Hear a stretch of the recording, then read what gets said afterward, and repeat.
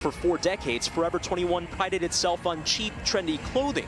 But now, the American fast fashion giant announcing it's filing for bankruptcy and liquidating its assets. In the late 2000s and early 2010s, you could see lines of bright yellow bags in every major shopping center, and massive, multi-story Forever 21 stores that felt more like department stores than fast fashion boutiques. At its peak, the brand was a powerhouse of the fast fashion world, bringing in more than $4 billion in revenue. So how did it all collapse so quickly? In 1981, Do-Won Chang, who had moved to Los Angeles from South Korea, was working 3 different jobs: as a janitor, a gas station attendant, and a coffee server. He noticed that the people driving the most expensive cars were all involved in the garment industry, which convinced him that fashion was the most direct path to the American dream. So 3 years later, he and his wife, Jin Suk, took $11,000 they had managed to save and opened a 900-square-foot shop called Fashion 21 in Highland Park, a neighborhood with a growing Korean-American community. That first year was surprisingly successful, bringing in $700,000 in sales, mostly because they were able to source trendy designs that looked like high-end clothing but were priced much lower through wholesale closeouts. Jin Suk was really the creative engine of the company, and she had this almost legendary ability to look at 400 designs in a single day and know exactly which ones would resonate with teenage girls. By the time they rebranded to Forever 21, they were opening new locations every 6 months because they had figured out how to turn the typical apparel cycle on its head. While traditional retailers might take 10 months to move a piece of clothing from a sketch to the store shelf, Forever 21 could do it in a single month, which meant they were always hitting the latest trends while they were still fresh.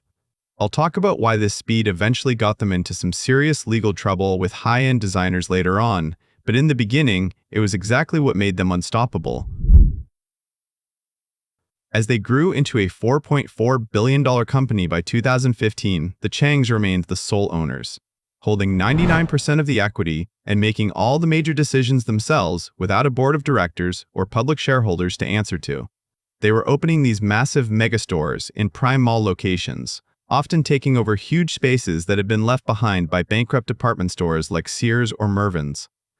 They also started printing John 3:16 on the bottom of their bright yellow bags, which was a subtle way of bringing their religious faith into the brand. By the peak of their success, the Changs had a combined net worth of nearly $6 billion, and the brand was so popular that surveys showed about 10% of American teens considered it their favorite place to shop. Sadly, it was that massive retail footprint which became a major liability for the firm.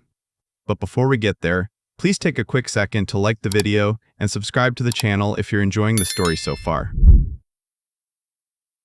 The first real cracks in the business model started to show because they were expanding so aggressively into international markets without fully understanding how different those retail environments could be. For instance, they opened stores in Germany without considering that local laws require retailers to stay closed on Sundays, which immediately put them at a disadvantage by cutting out a significant portion of their potential weekly sales.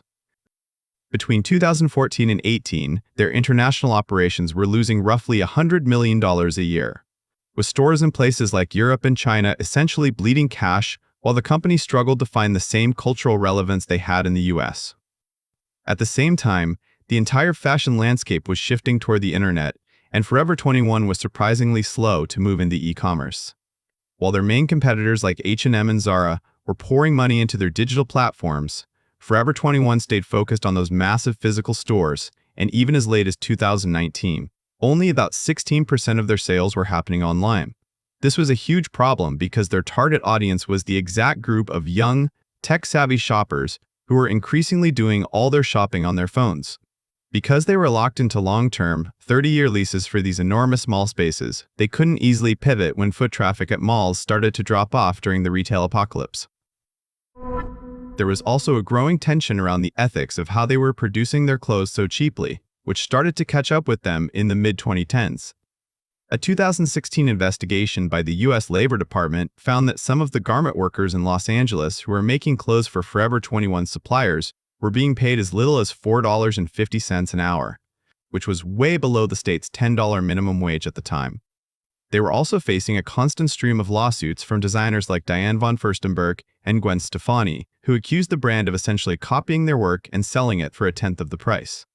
A classic example of this was a silk-printed mini dress that Von Furstenberg sold for $325, while Forever 21 offered a nearly identical version for just $32. These controversies started to alienate younger shoppers who were becoming more conscious of sustainability and ethical labor practices. While surveys show that about 75% of Gen Z shoppers consider sustainability an important factor, it's a complicated issue because many of those same shoppers still feel forced to choose the $7 pair of jeans because they simply can't afford the more ethical, slow-fashion brands that might charge $150 or more for a dress. Forever 21 also had a few major PR disasters, like the incident where they sent free diet bars along with plus-size orders, which sparked a massive backlash on social media and made the brand feel out of touch with its customers. But the biggest factor in their decline wasn't actually consumer consciousness.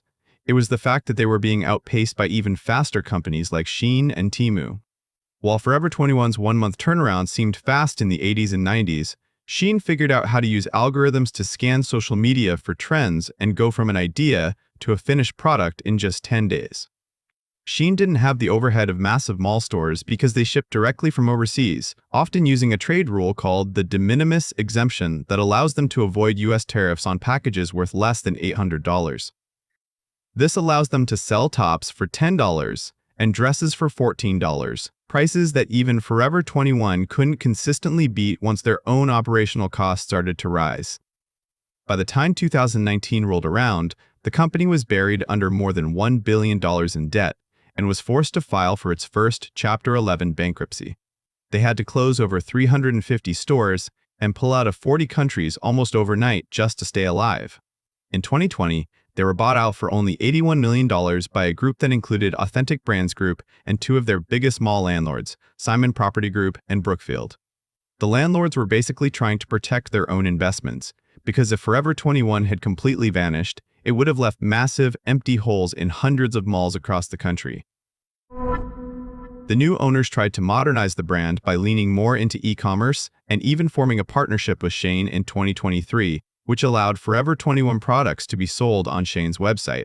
But despite these efforts, the financial situation didn't really improve, and the company reported more than $550 million in losses over the last 4 years. By early 2025, they were once again failing to pay their vendors, and the decision was finally made to file for bankruptcy a second time and liquidate everything. All 354 remaining US stores were closed by late April, essentially ending the brand's run as a physical retail giant. It's possible the name might live on as an online-only brand, similar to what happened with Bed Bath & Beyond, but the era of the giant yellow bags in every mall is pretty much over. Do you have any memories of shopping at Forever 21? Let me know in the comments below, and don't forget to subscribe to the channel before you go.